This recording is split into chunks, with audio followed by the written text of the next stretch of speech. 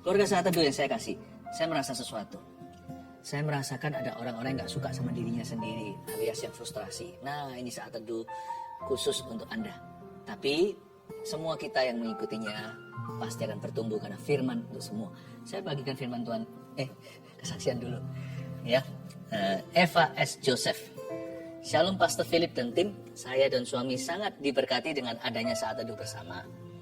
Pada acara tanggal 23 Februari dengan judul Kata-kata Penghibur untuk Orang Susah, Pastor berkata banyak orang sakit mengalami mujizat kesembuhan dan ada orang yang punya benjolan di leher disembuhkan Tuhan. Saya sangat percaya, saya imani terjadi kesembuhan yang sama pada benjolan saya, yaitu di ketiak. Sudah 2 tahun ini ada benjolan, tahun lalu bulan November tiba-tiba membesar dan sakit. Dokter memberi antibiotik dan anti nyeri untuk mengecilkan dan memang betul kecil dan tidak sakit, tapi dokter berkata tidak bisa hilang, hanya tidak mengganggu. Dan ternyata kalau saya kecapean masih terasa nggak enak di area itu. Tapi saat itu saya yakin sekali Tuhan mau saya ikut serta dalam mujizat kesembuhan. Semenjak selesai doa, waktu Saat Teduh bersama, benjolan tersebut benar-benar hilang. Bahkan beberapa hari sengaja saya tekan kulit dan mencari-cari. Dengan girang memang sudah tidak ada. Wow, Tuhan itu keren. Saya sangat percaya doa orang benar bila dengan yakin didoakan sangat besar kuasanya. Saya percaya dengan Anda, kita sama-sama sepakat hari ini doa kita didengar Tuhan ya. Untuk kita sepakat tidak ada orang sendirian. Please don't feel lonely, don't feel alone. Jesus is with you, we are with you too. Grace S. Di payudara kiri saya ada benjolan yang lumayan besar dan saya menunda pergi ke dokter. Pada saat saya mengikuti Saat Teduh bersama bulan Februari yang lalu, di akhir Saat Teduh, pastor berdoa bahwa ada yang mengalami benjolan di kepalanya. Saya tangkap doa itu, saya imani bahwa doa itu juga untuk saya. Maka saya ambil, saya letakkan tangan kanan saya di atas benjolan di payudara kiri. Memang tidak langsung saat itu juga benjolan mengecil, namun saya sadari sejak Saat Teduh bersama tersebut, benjolan tersebut perlahan-lahan mengecil dan sekarang hilang tidak berbekas. Haleluya, mujizat terjadi dalam hidup saya. Praise the Lord. Ini dari Yuliana, dari CGC 15 Surabaya. Berarti ini anggota Jemaat Gereja Mawar Sharon. Shalom. Saya mau sharingkan kebaikan Tuhan dalam hidup saya. Saya rutin selalu ikut Saat Teduh bersama Pastor Philip. Pada tanggal 12 Januari 2022, ada Saat Teduh dengan judul 12 bakul penuh, cara pandang yang baru. Saya juga ikuti secara live. Waktu penyembahan di akhir, saya merasa sangat damai. Dan hati saya dipenuhi rasa syukur pada Tuhan. Dada dan pundak saya terasa hangat, lalu saya mulai menangis. Saat itu juga Pastor Philip menubuatkan ada toko yang akan ramai sekali. Tuhan akan memberkati dan melipat gandakan hasil toko, sehingga rekor hari paling ramai pun akan dilipat 2 kali oleh Tuhan. Pastor bilang itu untuk seorang wanita yang sudah tidak bersuami. Dan ada beberapa anak yang harus dibesarkan. Saya terkejut karena itulah saya. Saya imani dan menerima janji Tuhan dengan penuh syukur. Sungguh janji Tuhan nyata, toko saya benar-benar diberkati Tuhan luar biasa. Omset toko saya naik pesat. Tuhan kirimkan pelanggan-pelanggan baru yang baik sekali. Praise the Lord. Wah, senang ya kalau dengar kesaksian seperti ini. Rasanya udah gak tahan, ingin langsung lari masuk ke hadirat Tuhan untuk memuji. Jangan tanggung. Ayo, 1 jam di depan ini kita sungguh-sungguh menyembah Tuhan. Saya minta dengan hormat Pastor Welia dan Bu Maulin untuk memimpin kita di dalam hadirat Allah. Puji Tuhan, semua keluarga Saat Teduh dimanapun sudah berada, yuk kita sama-sama arahkan hati kita kepada Tuhan. Kita senangkan Tuhan dengan pujian kita bersama-sama. Kau tunjukkan kasih setiamu,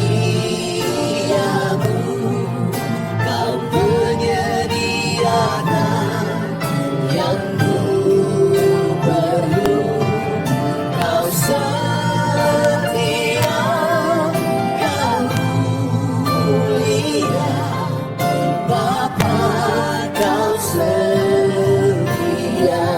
Katakan Kau setia, Kau mulia, Kau setia, Kau mulia, Kau setia, Kau setia, Kau mulia. Sekali lagi, Kau setia, Kau mulia, Bapa Kau setia.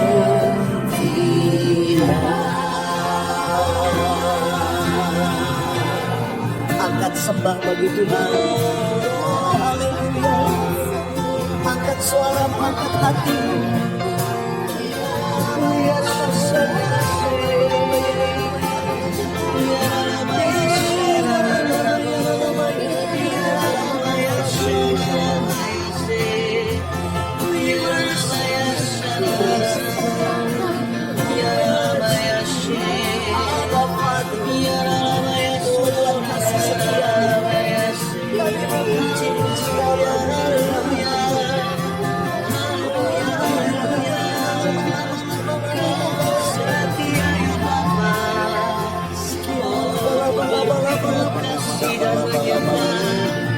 Ya, bawa kami semua tenggelam dalam hadirat-Mu. Bawa kami tenggelam dalam hadirat-Mu. Kami dikuatkan, kami dipulihkan.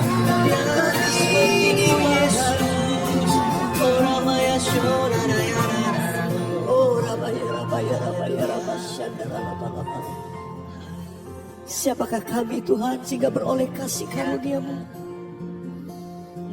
Kami mengalami dan merasakan kasih setia Tuhan yang sangat dalam hidup kami semua. Terima kasih Tuhan, terima kasih. Siapakah aku ini Tuhan? Jadi biji mata-Mu. Dengan apakah ku balas Tuhan selain puji dan sembah Kau? Nyatakan dari hati kita sama-sama. Siapakah aku ini Tuhan? Jadi biji mata-Mu. Dengan apakah ku balas Tuhan selain puji dan sembah Kau? Siapakah aku ini? Siapakah aku ini Tuhan? Jadi biji mata-Mu. Dengan apakah ku balas Tuhan selain puji dan sembah Kau? Mari sembah Tuhan Yesus. Sembah Tuhan Yesus. Karena hanya puji sembah kami Tuhan yang bisa kami buat untuk membalas segala kasih setia Tuhan.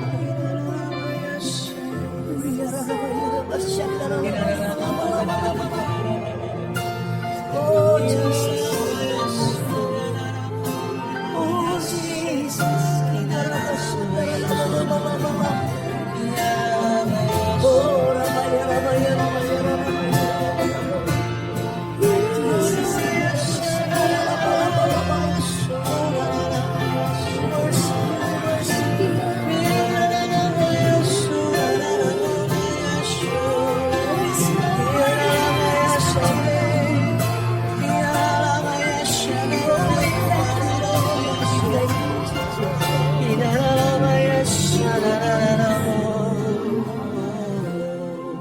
Terima kasih buat kasih setia-Mu Tuhan.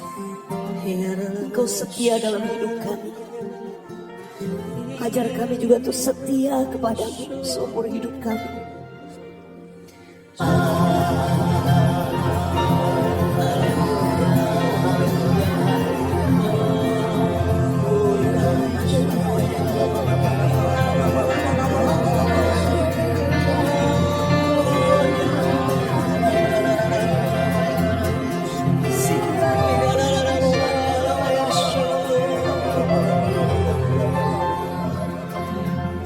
Ada urapan Tuhan di saat teduh.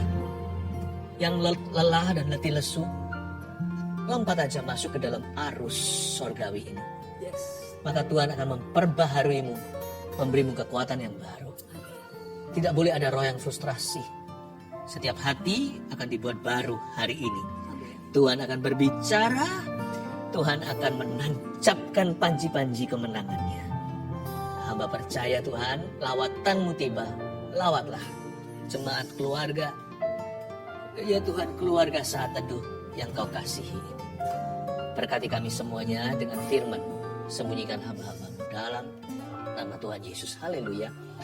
Amin. Praise the Lord. Rabu yang lalu, waktu Saat Teduh, YouTube lagi down. YouTube lagi down semua. Jadi di re-upload. Saya berikan judul waktu itu, jangan khawatir, ada Bapa. Sebuah pesan yang Anda nggak boleh ketinggalan. Kalau Anda tidak sempat menyaksikan waktu itu lalu mati, saya minta Anda untuk kejar ketinggalan ya. Karena apa yang saya sampaikan hari ini terhubungkan dengan apa yang sudah disampaikan sebelumnya. By the way, minggu ini kan Saat Teduh lagi ulang tahun kedua.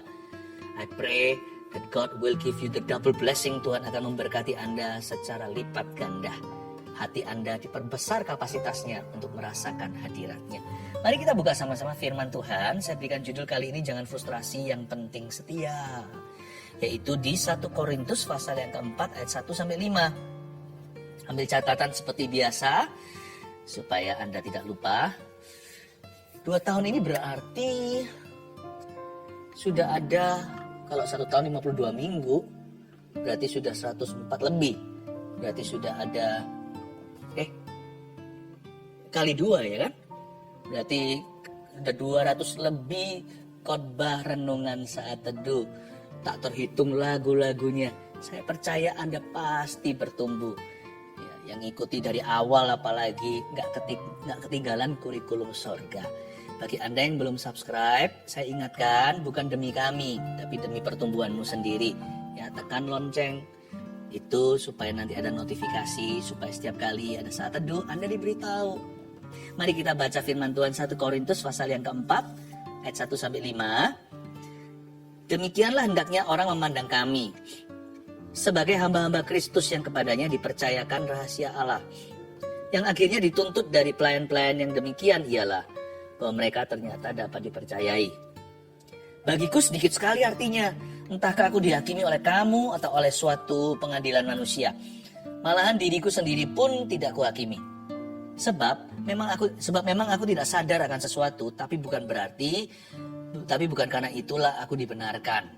Dia yang menghakimi aku ialah Tuhan. Karena itu, janganlah menghakimi sebelum waktunya.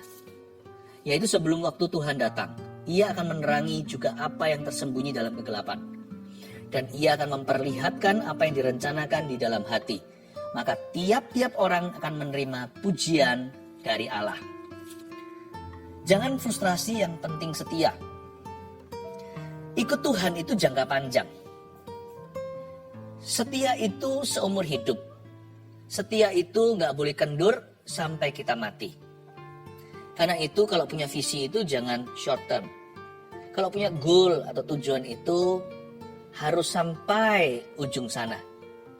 Jangan tergesa-gesa untuk putus asa. Jangan buang-buang energi juga. Banyak orang hari-hari ini buang waktu. Karena kita ini gak tahu kapan kita mati. Karena itu kita harus persiapan seolah-olah kita hidup selamanya. Siapa tahu kalau Tuhan datang hari ini, janganlah kedapatan kita sedang berbuat dosa. Nah kalau Tuhan gak datang-datang, kalau kita matinya masih lama, bukankah harus jaga stamina? Frustrasi itu membocorkan tangki besi, tangki bensin maksud saya. Kalau naik pesawat kan ngeri ya. Bayangin kalau tiba-tiba di langit situ kelihatan ada minyak tumpah. Wah, pesawat itu harus segera mendarat. Nggak sampai tujuan pastinya. Frustrasi itu gembosin kita dari dalam. Jangan frustrasi, yang penting setia. Kita belajar dari surat Paulus. Paulus ini maratonnya kerajaan sorga. Dia ini pelari maraton sungguhan. Secara iman. Dan kita akan belajar dari seorang yang mengalami up and down kayak begitu. Seorang rasul bangsa-bangsa. Seorang pengusaha juga. Dia itu pengusaha tenda. Jadi orang ini relevan bagi kita yang pelayanan maupun kita yang bekerja di dunia sekuler. Pokoknya orang Kristen deh. Terserah apa profesinya, pokoknya kita anak Tuhan. Dan Paulus mengajari kepada kita agar kita itu kalau jalan sama Tuhan jangan lamban, namun kita boleh atur hati kita itu pelan-pelan. Frustasi itu tergesa-gesa. Orang yang frustrasi itu orang yang terburu-buru. Jangan jadi orang yang result oriented, yang orientasinya adalah result atau hasil. Hasil akhir di tangan Tuhan. Coba sekarang saya jelaskan bagaimana Paulus bisa sabar menghadapi semua tantangan. Ternyata gara-gara cara pandangnya beda sama sebagian besar kita. Ayat 1, dia melihat dirinya dalam hubungan dengan Kristus begini. Demikianlah hendaknya orang memandang kami. Self-image atau gambar diri itu penting sekali. Kalau gambar diri kita sehat di depan Tuhan, dan dalam diri kita itu ada gambar diri yang seimbang, kita nggak akan frustrasi dengan orang-orang yang ada di sekeliling kita. Demikianlah hendaknya orang memandang kami. Biar orang itu mandang kami begini loh. Jangan overrating, juga nggak perlu kita itu frustrasi kalau kita underrated. Kalau orang itu mengeluhkan kita juga tidak merasa gimana. Kita nggak merasa tersanjung. Tapi kalau orang hina, kita juga nggak apa-apa. Paulus ini loh, jagoannya gambar hidup yang sehat. Saya senang sekali makanya di dalam tubuh seorang Paulus, dalam hatinya tinggal kepenuhan Tuhan Yesus Kristus. Ada damai, ada sukacita, ada pikiran yang brilian. Karena orangnya nggak frustrasian, Paulus bisa mengatur segala langkah kakinya secara mantap. Strategi-strateginya dia tidak memukul di udara. Orang itu kalau tenang di dalam ya, orang itu bahaya terhadap setan. Lebih dari pemenang itu, menang di luar itu kemenangan berikutnya. Kemenangan pertama-tama itu di dalam kita. Lebih dari pemenang berarti kita double menang. Double menang berarti kita harus menang dulu di hati, baru kita menang dalam hidup atau realita ini.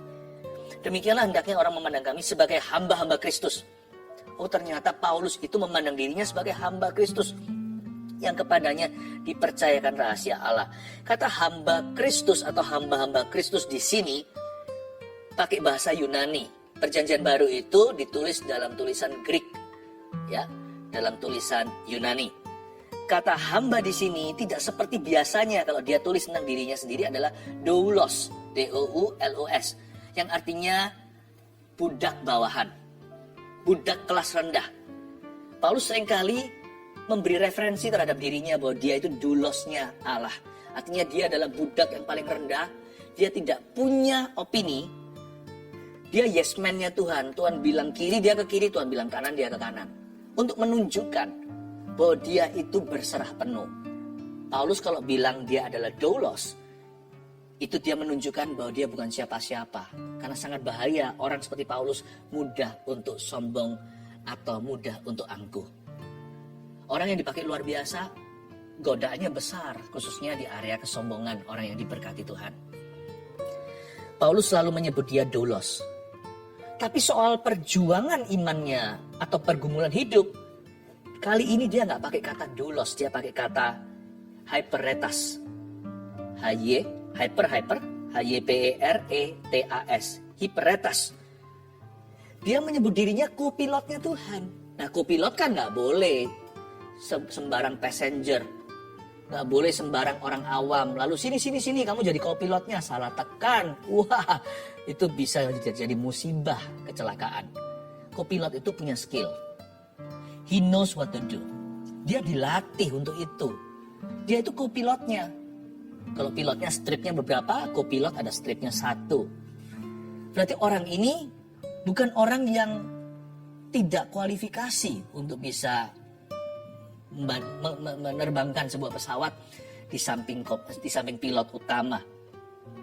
Kopilot di sini berarti dia menyebut dirinya adalah seorang steward atau seorang manajer kasih karunia. Ya, Paulus itu mengatakan dia adalah hamba Kristus yang kepadanya dipercayakan rahasia Allah. Berarti dia tahu apa yang harus dia lakukan. Setia itu tidak mulai dari dasar. Setia itu dimulai dengan kita harus tahu kehendak Tuhan apa untuk kita hari ini. Setia itu berprinsip. Setia itu punya pedoman. Setia itu punya pegangan. Orang setia itu bukan orang bodoh. Ya, bukan orang yang tidak punya pikiran, bukan orang yang mengikuti secara buta, bukan orang yang asal ikut-ikutan. Kopilot itu berarti dia harus tahu apa yang menjadi job deskripsi. Knowing your job is important. Kita harus tahu, Tuhan, apa kehendakmu dalam hidupku hari ini. Udah gak perlu tanda-tanda ekstra, gak perlu dikasih suatu sign atau apa. Kalau Anda tahu itu kehendak Tuhan, setialah, gampang kan? Mengasihi gak mudah. Kita gak perlu melihat malaikat Gabriel datang khusus dengan sinar terang benderang lalu berkata mengasihilah. Kalau kita tahu itu ada dalam firman Allah, setialah untuk mengasihi. It's never wrong to do God's will. Gak pernah salah untuk melakukan kehendak Allah. Knowing your job, then doing your job. And then expecting a good job from Him who calls you. Pertama-tama kita harus tahu dulu kehendak Allah apa. Lalu lakukan itu. Setelah itu tunggu nanti sampai Tuhan berkata well done. Setia itu berharap-harap, berangan-angan. Kalau aku setia seumur hidup gak panjang. Kalau kita dibanding dengan kekekalan, anak Tuhan tahu bahwa dia punya hidup kekal. Berarti hidup di bumi ini, entah kalau kita bisa hidup 100 tahun pun, itu tergolong pendek dibandingkan dengan forever and ever. Amin. Apa susahnya setia 100 tahun di dunia? Sekalipun kalau harus menderita. Asal kita tahu kita menderita karena kebenaran. Asal kita tahu kita bayar harga untuk sesuatu yang benar. Asal kita tahu bahwa kita itu berdiri teguh atas panggilan. Asal kita tahu yang kita perjuangkan adalah kehendak Tuhan. 100 tahun gak lama. Gak ada orang setia 100 tahun. Kalau Anda kenal Tuhan umur 40, berarti sisanya jauh dari 100 tahun sisa hidupmu. Sekalipun anak muda pun kenal Tuhan umur 14. Jarang orang hidup sampai satu century, sampai 100 tahun. Jarang. 100 tahun pun gak panjang. Setialah. Karena yang kita harapkan adalah suatu hari ketika kita berada di pengadilan Allah, Yesus berdiri atau duduk di samping kanan Allah Bapa dan berkata, "Hey you, hai kamu, well done. Baik sekali perbuatanmu, hai hambaku, masuklah dalam sukacita Bapakku." Setia itu dengan visi sampai mati. Setia itu bukan gini loh, aku setia kalau Tuhan beri aku ini. Dan aku setia kalau ada upah. Di dunia, upah kita itu sebagian besar di sorga, bukan di bumi. Setia itu gak pakai iming-iming, gak pakai dibujuk. Setia itu karena kita gak punya pilihan, karena kita tahu itu kebenaran, masa kita mau salah. Makanya ketika Yesus tanya sama murid-muridnya, kalian gak mau sekalian meninggalkan aku di Galilea? 400 orang lu cabut. Petrus jawabannya bagus, dia berkata, kami mau kemana? Emangnya punya pilihan? Engkaulah yang pegang firman kebenaran, hidup mati di tanganmu. Kaulah kunci kerajaan sorga di tangan Tuhan. Waktu itu belum dikasihkan ke Petrus ceritanya. Kepada siapa aku harus pergi? Kemana aku harus lari? Kemanakah aku dapat pergi menjauhi rohmu Tuhan? Gak perlu super rohani kok. Asal kita tahu dengan logika aja. Tuhan berkata demikian, ikuti itu. Sekalipun gak ada tanda-tanda. Tidak ada seolah-olah penyertaan yang nyata. Nggak ngerasa Roh Kudus di mana. Tetap lakukan. Orang setia itu punya prinsip. Prinsipnya adalah kebenaran. Kalau itu benar, mau kemana memangnya? Apakah ada pilihan? Tidak ada alternatif. Tidak ada opsi yang lain kecuali mengikut Tuhan. If you know the truth. Kalau kita sudah tahu kebenaran, ikuti itu. Nggak usah minta peneguhan konfirmasi lagi dari Tuhan. Kecuali kalau kita bicara soal sesuatu yang nggak ditulis di Alkitab. Apakah kehendak Tuhan ya saya terima job itu? Atau saya harusnya sekolah di mana ya? Di university ini atau itu? Atau saya di kota mana? Atau jodoh yang mana? Apakah orang ini jodohku? Nah yang kayak gitu memang perlu timbangan di dalam hati. Perlu mempertimbangkan, perlu konfirmasi. Saya bicara tentang kebenaran yang fundamental, yang sifatnya fondasi. Mengasihi, mengampuni, hidup kudus. Ya kan? Yang seperti itu, setia kepada itu, bersyukur. Paulus berkata bahwa dia adalah steward, dia manajer kebenaran. Dia manajer kasih karunia Allah. Dia adalah hiperetas atau kopilotnya Tuhan. Ya, bukan orang yang bingung, don't know what to do. Ayat 2 yang akhirnya dituntut dari pelayan-pelayan yang demikian ialah bahwa mereka ternyata dapat dipercayai. Tadi saya sudah sebutkan, mengenali kehendak Tuhan, melakukannya, dan mengharapkan suatu hari Tuhan berkata well done, atau berkata baik sekali perbuatanmu. Itu yang disebut ternyata dapat dipercayai. Dalam bahasa Inggrisnya trustworthy. Yang diharapkan dari orang demikian itu adalah dia akhirnya trustworthy, dapat dipercaya. Udah sih, saya nggak ambil pusing kok dalam hidup ini. Saya nggak ambil pusing apa kata orang, bahkan saya nggak ambil pusing apa kata saya tentang diri saya sendiri. Cermin saya adalah kebenaran. Dan ujungnya hanyalah supaya kita mendapatkan well done, dapat dipercayai. Ayat yang ketiga, bagiku sedikit sekali artinya. Apa ya yang sedikit artinya? Bagiku, kata Paulus, sedikit sekali artinya. Entahkah aku dihakimi oleh kamu atau oleh suatu pengadilan manusia. Malahan diriku sendiri pun tidak kuhakimi. Wah, bagus sekali ini. Paulus tidak punya excess baggage. Dia kalau ke airport itu tidak ada kelebihan bagasi. Dia bawa secukupnya karena dia tahu dia akan maraton dengan Allah. Ya, emosi itu dieman atau disayang-sayang. Jangan sampai diumbar tenaga kita. Usia kita itu loh tiap hari digerus. Karena itu whatever you feel, apapun feelingmu itu pilih-pilih, selektif. Apa yang Anda pikirkan juga selektif. Semua itu ngambil byte. Ya, gigabyte. Semua byte-byte-nya kita itu seperti komputer. Itu semuanya dibocorkan setiap kali kita menggunakan sesuatu dalam diri kita, dalam hidup kita. Karena itu tolong kira-kira. Tidak semua itu matter, tidak segala sesuatu itu penting. Apa yang penting jangan diabaikan. Karena itu mari kita punya disiplin yang tinggi. Hati itu di bawah kuasa kita. Hai jiwaku pujilah Tuhan, bahkan kita pun bisa memerintahkan jiwa. Paulus berkata bagiku dikit sekali artinya. Entahkah aku dihakimi oleh kamu atau oleh sesuatu yang lain. Makanya orang ini gak gampang frustrasi. Karena dia nggak terlalu menghiraukan apa ya kira-kira pikiran manusia. Kita kan selalu memikirkan nanti orang lain mikir apa. Itu penting sekali gitu loh. Bahkan lebih penting daripada apa yang dipikirkan Allah tentang hidupku dan hidupmu. Manusia jarang cari firman Tuhan berkaca. Orang lebih lihat hari ini berapa like di Instagram. Komentar orang apa ya tentang performaku.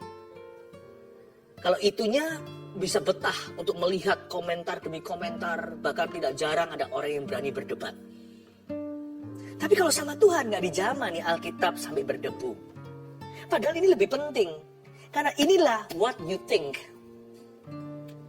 Not what they think. Karena itu Paulus hidupnya sangat aman. Dia tenang, damai sejahtera. Karena bagi dia sedikit sekali artinya dia dihakimi oleh orang lain. Bukan berarti orang ini gak bisa dikoreksi atau tidak terima masukan. Paulus selalu dengar-dengaran. Kalau kita baca di surat-suratnya, orang ini teamwork. Pernah sekali dia gak tahu kalau itu imam besar.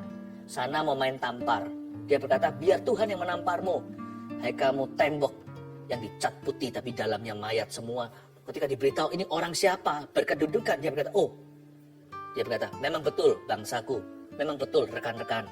Firman Tuhan berkata, kita tidak boleh bicara yang kasar terhadap orang-orang yang memerintah di atas kita. Paulus bisa dikasih masukan kok. Dia apologize langsung on the spot. Tapi dia berkata, tapi kamu salah. Kamu juga bertindak di luar otoritas. Gak ada otorisasi begitu. Kamu di luar wewenangmu. Paulus itu tahu what's right, what's wrong. Orang ini bukan berarti tuli, tidak bisa diberikan teguran. Enggak juga, tapi maksudnya hatinya itu loh gak kecantol sama manusia. Gak dikit-dikit dibawa stres. Gak dikit-dikit dibawa depresi. Mengapa begitu? Karena manusia yang terlalu memperdulikan orang lain mikir apa, gengsinya terlalu besar, orang itu pasti frustrasi melulu. Manusia itu juga bukan hakim yang adil kok sesungguhnya. Bahkan kita sendiri pun bukan hakim adil atas diri kita sendiri. Ngapain dipikirkan? Contohnya, kita cenderung kalau nggak terlalu keras sama diri sendiri ya terlalu mudah. Ada orang yang nggak suka sama dirinya sendiri, susah mengampuni dirinya. Orang lain diampuni, diri sendiri nggak pernah diampuni. Orang yang terlalu keras sama dirinya, setiap kali dia masuk hadirat Allah, dia kira Tuhan marah. Dia kira Tuhan benci dia. Lalu berujung dia menangis terharu, ternyata Tuhan masih cinta. Nih, ya kan? Salah kan? Salah kan asumsinya? Salah juga kan dugaannya? Dia akan mencoba menilai diri sendiri. Waktu masuk hadirat Allah, sadar dia. Ternyata Tuhan tidak marah sama dia. Ternyata Tuhan maha pengertian. Dia aja yang frustrasi sama dirinya. Tuhan berkata, nggak apa-apa, kamu masih belajar. Salah. Tapi ada orang yang sebaliknya. Terlalu gampang sama dirinya. Gitu aja, dosa gini aja nggak apa-apa lah, Tuhan ngerti lah. Manusia itu nggak bisa jadi hakim yang objektif. Jadi jangan terlalu mendengarkan. Nomor satu minimal, janganlah orang. Yang bicara dalam hidupmu harus firman Tuhan. Makanya orang yang frustrasi adalah orang yang terlalu mikirkan orang lain mikir apa, dan terlalu berdebat dengan dirinya. Kayak ngomong-ngomong sama diri sendiri loh, lama-lama gila. Pikiran kok diajak bicara, perasaannya terlalu berkuasa. Padahal Tuhan suruh kita hidup oleh iman, bukan perasaan. Ada orang yang terlalu banyak dialog dengan dirinya sendiri.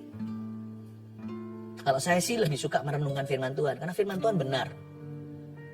Saya selalu salah, firman Allah tidak pernah bersalah.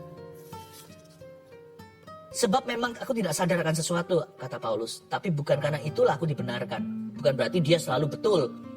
Karena dia tidak tertuduh, karena dia jaga nuraninya. Dia yang menghakimi aku ialah Tuhan. Karena itu janganlah menghakimi sebelum waktunya. Paulus ini bagus. Kenapa dia nggak frustrasi? Karena dia nggak terburu-buru untuk tutup buku. Karena itu jangan menghakimi sebelum waktu. Yaitu sebelum Tuhan datang. Ia akan menerangi juga apa yang tersembunyi dalam kegelapan. Ia akan memperlihatkan apa yang direncanakan dalam hati. Sebentar sebelum kalimat terakhir saya jelaskan dulu ayat 5 itu. Paulus itu orientasinya bukan hasil. Dia nggak menilai dia sekarang atau di posisi sekarang ini. Paulus itu pikirannya jangka panjang. Dia nggak gampang putus asa atau kecewa. Karena belum game over. Dia percaya Tuhan belum selesai dengan dia. Paulus bahkan bisa menerima ketidaksempurnaannya sendiri. Kalimat Paulus di Filipi begini. Aku sendiri gak menganggap diriku sempurna, tapi aku lupakan yang lalu, mengarah pada tujuan, berlari-lari pada hadiah sorgawi. Aku berlari seolah-olah aku bisa menangkapnya. Aku sendiri belum sempurna, tapi aku berlari pada kesempurnaan. Lihat. Dan Paulus berkata, bagi orang yang dewasa, biarkan tingkat pengertianmu dilanjutkan dari mana engkau berada. Ini bahasa sehari-hari saya. Paulus berkata begini, it's okay untuk belajar. Jangan pernah nilai diri kita dengan performa kita hari ini. Bahkan buah kita hari ini pun belum matang. Karena kita ini masih sedang dalam proses matang di pohonnya. Kita ini bukan matang di kulkas. Tuhan kalau buat kebun, itu kebunnya selalu buahnya manis.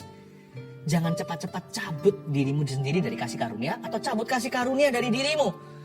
Karena itu jangan menghakimi sebelum waktunya. Karena Tuhan belum selesai dengan Anda. Kalimat terakhir itu bagus sekali. Paulus itu pikirannya tertuju pada akhirnya, maka tiap-tiap orang akan menerima pujian dari Allah. Dia berkata, asal kita setia ya, kita pasti nyampe ke sana. Itulah bahasa sehari-harinya, maka tiap orang akan terima pujian dari Allah. Asal setia, nggak usah performanya sempurna, kita pasti nyampe ke sono, pasti sampai di situ. Paulus nggak berkata, aku harus perfect. Tiap kilometer aku harus perfect. Enggak. Pokoknya aku setia. Kalau melenceng sedikit aku cepat balik. Kalau jatuh aku cepat bangkit. Kalau kurang aku tambahkan. Kalau berlebihan aku kurangi. Udah selalu ke poros tengah. Ke poros salibnya. Selalu kembali ke jalurnya. Yaitu jalur pelita dan terang pada kaki kita. Yaitu jalur firman. Selalu Roh Kudus. Selalu Roh Kudus yang firman dia. Renovasi dikit kiri kanan kalau berlebihan supaya dia berjalan dalam tuntunan. Udah, yang penting saya setia. Tuhan tuh sanggup kok berhasil bawa aku sampai ujungnya, sehingga tiap orang termasuk saya akan menerima pujian dari Allah. Saya kasih 3 poin untuk review ini, untuk sebagai rangkuman. Jangan frustasi, yang penting setia. 1, teruslah konsisten dalam tanggung jawab kita. Atau konsisten saja. Udah, tugas kita hanya konsisten. Yang penting Anda dan saya itu sebagai co-pilot, hiperetas atau steward atau manajer daripada kebenaran, kita harus tahu komitmen-komitmen kita apa aja. Saya ini komitmen pada kekudusan atau komitmen sama dosa. Yang penting kita tahu yang benar itu komitmen pada Tuhan. Maka saya akan berusaha untuk berjalan di sana. Saya komitmen pada pernikahan atau perceraian. Kok lucu ada orang setelah menikah baru mikir lagi. Masih mau nggak sama pasangannya? Loh, udah telat saudaraku. Kan sudah dinikahkan di gereja. Kok ada ya orang setelah menikah, udah jelas-jelas dalam pernikahan, masih mempertimbangkan ulang. Berarti kan dia nggak jelas komitmennya. Orang kalau nikah itu komitmen sama Tuhan. Ketika di altar kan ditanya, apakah si A mengambil si B sebagai bla bla bla bla bla? Apa katamu? Yes I do. Atau saya bersedia. Lalu Tuhan berkati kan. Dia kan sudah janji di depan Tuhan, namanya wedding vow atau janji nikah. Dia janji setia dalam suka duka loh. Bagus jelek sudah kok dipertimbangkan ulang. Ini yang membuat orang gak bisa setia. Bukan karena dia gak setiaan.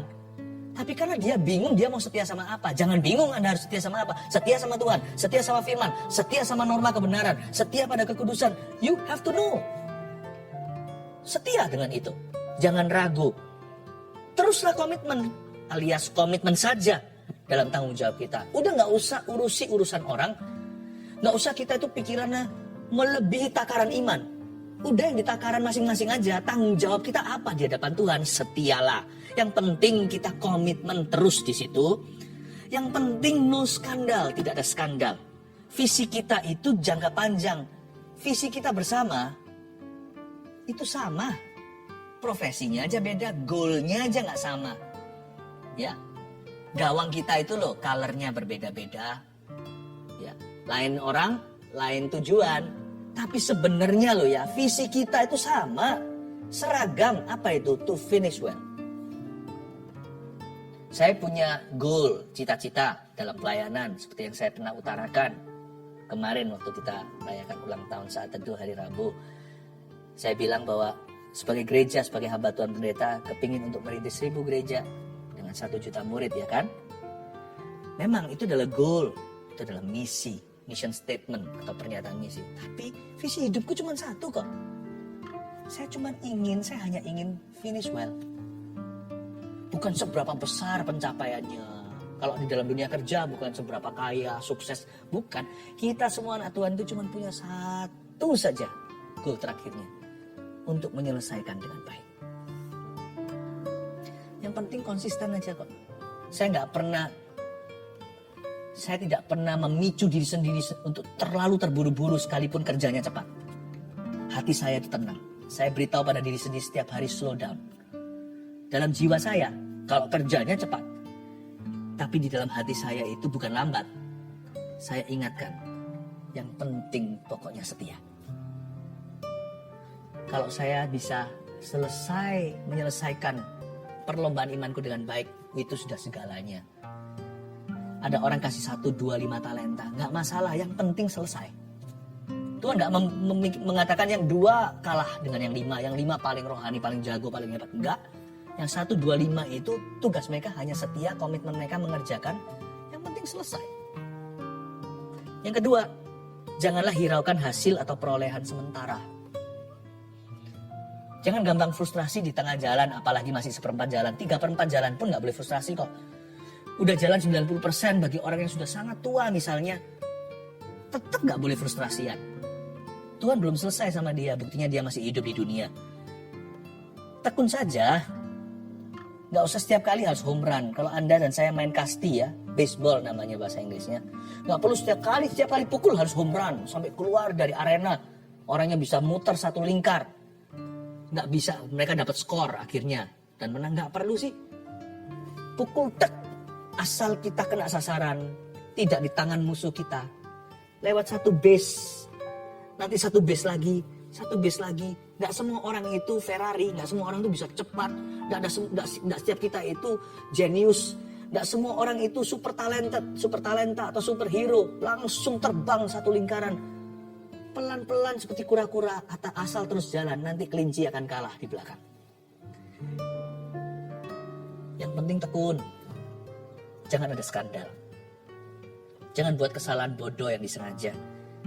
Makanya gak usah hiraukan hasil atau perolehan sementara. Kalau hari ini kita melihat kondisi kita, oh perang itu jangka panjang. Kita nggak boleh hanya ingin mencapai sesuatu, tapi cara kita mencapainya juga sama pentingnya, bukan hanya hasil akhirnya. Orientasinya bukan result. Saya nggak kepingin hanya membangun sesuatu, seperti goal yang saya sebut tadi, atau goalmu apa. Saya ingin ketika goal itu tercapai, saya berkenan sama Tuhan. Jadi bukan sekedar untuk menang. Saya nggak mau asal menang, saya mau lebih dari pemenang. Artinya nggak bisa dilihat dari perolehan sementara. Oh haleluya, hari ini gol, hari ini saya terjadi terobosan. Akhirnya dia kalah. Saya nggak begitu. Saya ingin sekali supaya pada akhirnya waktu menang, kita berkenan kepada Tuhan. Menangnya itu dengan cara Tuhan. Karena itu janganlah hiraukan hasil perolehan sementara. Nanti kalau menang terlalu bangga, besok jatuh, besok kalah. Kalau kalah sekarang nggak apa-apa. Besok masih ada. Saya bisa perbaiki besok hari. Saya bisa lebih baik lagi. Daripada jadi kelinci, lalu ketinggalan. Mending jadi kura-kura, pelan-pelan, tapi sampai ke tujuan. Kalau bisa dua-dua. Kura-kura yang cepat lebih baik lagi. Karena kita kehabisan waktu, Tuhan mau datang. Yang ketiga, yakinlah maksud Tuhan akan tercapai pada akhirnya. Let's throw ourselves, mari kita lemparkan diri kita sendiri di tangan kedaulatan Allah. Tuhan itu setia ketika kita tidak setia. Yakinlah maksud Tuhan akan tercapai pada akhirnya. Asal saya setia, Tuhan please maklumi ya, aku akan berusaha. Udah, sisanya itu anugerah. I'll do my best. Klise ya, you'll do the rest. Tapi itu ada betulnya. Pokoknya sedikit demi sedikit, tiap hari tiap sifat, selangkah demi selangkah aku jalani dengan kau. Aku mau belajar pokoknya. Anjari aku gak mau keras hati. Udah, setia.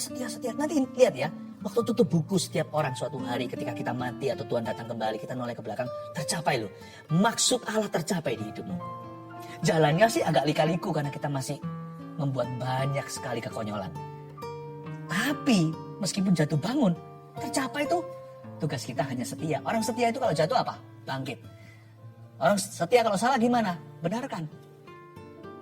Ya, 1, 2, 3, jangan frustasi, yang penting setia. Teruslah konsisten dalam tanggung jawab kita. Kenali tanggung jawabmu. 2, janganlah hiraukan hasil atau perolehan sementara. Udah jangan nilai sekarang. Jangan dinilai hari ini. Terus jalan dan tekun saja. 3, yakinlah maksud Tuhan akan tercapai pada akhirnya. Percayalah, God knows best how to make you a successful case. Tuhan tahu, paling tahu bagaimana membuat kita kasus keberhasilannya. Haleluya.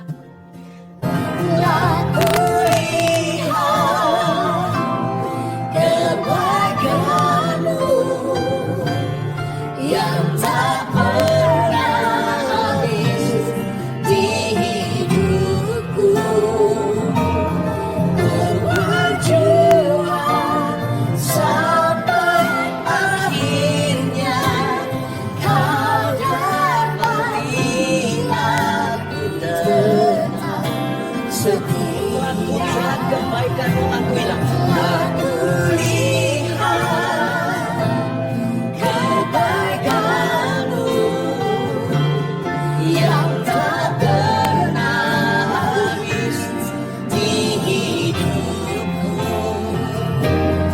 Ku berjuang sampai akhirnya kau dapati aku tetap setia. Roh Kudus barusan wahyukan sesuatu. Ada pelajar yang sangat minder. Saya nggak tahu Anda siapa, namanya siapa, sekolah di mana. Anda sangat minder karena melihat Anda tidak sepintar teman-teman yang lain. Dan Anda tidak masuk ke sekolah yang Anda harapkan, jauh di bawah ekspektasi. Roh Kudus bilang it's okay. Setia aja. Kalau tanggung jawabmu sebagai seorang siswa adalah belajar, lakukan itu untuk kemuliaan Tuhan. Just do your best. Tuhan akan tolong. Dan saat saya berkata begini, urapan Tuhan akan tiba atasmu dan membuat Anda jauh mampu nanti dalam bersekolah. Ada pertolongan Tuhan di setiap otak itu akan dialiri kuasa Roh Kudus. Tugasmu hanya belajar. Dan firman Tuhan berkata begini, saya terima rema untuk Anda. Don't worry ya. Teman-teman yang lebih pintar, sekolahnya lebih bagus. Kalau mereka nggak sungguh-sungguh, nanti mereka nasibnya nggak lebih baik dari Anda. Tapi kalau mereka sungguh-sungguh, nanti dua-dua sama-sama anak Tuhan apalagi, pasti akan ada porsinya sendiri-sendiri. Just be thankful. Be thankful. Ada satu orang yang sudah dalam proses perceraian. Seorang suami yang menggugat istrinya untuk cerai. Karena perselingkuhan, kata Tuhan. Surat sudah ditandatangan, tinggal di sebelah sana, semacam itu. Saya merasakan Roh Kudus berkata, tarik kembali. Don't. Work on that marriage even though it's hard. Saya tahu Anda berhak. Tetapi sebenarnya, janganlah menuntut hak. Dengan Tuhan, bulu patah terkulai tidak akan dipatahkan. Sumbu pudar nyalanya tidak akan dipadamkan. Sesuatu yang baru nggak lebih baik nanti daripada yang lama yang sudah hancur, lebur. Di tangan Tuhan bisa menjadi pecunan, itu bisa menjadi bejana yang baru.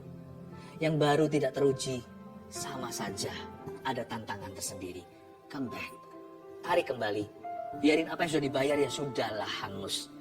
Pertahankan rumah tanggamu. Hai Hosea, kata Tuhan. Saya tidak tahu, mungkin bukan nama asli Anda, tapi Roh Kudus katakan itu nama baptismu. Saya tidak tahu agama Anda Kristen atau Katolik, tapi nama baptisan. Saya lihat seperti ada satu surat tulisannya Hosea. Anda dulu juga dikasih nama itu, mungkin Anda bilang, kenapa dikasih nama ini? Enggak Petrus kayak atau apa, atau Yohanes. Tapi ternyata Tuhan sudah mempersiapkan hati Anda untuk mengampuni. Hosea, Bapak Hosea, tarik kembali. Satu orang sariawan seluruh mulutnya karena Anda barusan mengalami sebuah terapi. Saya tidak tahu itu apa, bukan panas dalam, tapi sebagai efek samping dari sebuah treatment medis. Tuhan sembuhkan Anda sampai kepada daun-daunnya pun semua akan kering, daun-daun yang salah itu. Sariawan itu di dalam nama Yesus sekarang akan kering sampai ke akar-akarnya dan sampai ke akar duduk permasalahan. Kenapa Anda di terapi itu? Tuhan sembuhkan semua in the name of Jesus. Dalam nama Yesus. Ulurkan tanganmu, saya akan doakan untuk setiap orang yang minta didoakan. Oh begitu banyak, terus jalan ribuan. Mari ulurkan tangan. Terima kasih Tuhan, hamba rasakan beban umatmu. Jamah mereka tak ada satu orang pun frustrasi. Tidak ada satu orang pun frustrasi. Tidak ada seorang pun frustrasi. Terima kasih Tuhan, terpujilah namamu. Tuhan sebut nama Winda. Winda, W-Y-N-D-A. Winda bukan W-I, W-Y-N-D-A. Tuhan sebut orang ini. Winda, saya tidak tahu kenapa. Anda udah putus asa, Anda mau lari. Saya tidak yakin apakah mau bunuh diri, tapi pokoknya mau lari. Anda udah mau lari. Mau lari dari apa saya nggak ngerti. Saya hanya sampaikan sebagai penyambung lidah. Uji kalau salah berarti saya kurang peka. Kalau betul berarti Tuhan berbicara. Winda, Jesus loves you. Ada seorang wanita sesekukan menangis sekarang dijamah sama Tuhan. Hai Winda, God loves you. Kontak kami, beritahu apa yang terjadi. So saya nggak tahu Anda siapa, Anda di mana. Saya hanya taat saja. Ku berjuang sampai akhirnya kau dapati aku tetap setia. Ku berjuang sampai akhirnya kau dapati aku tetap setia.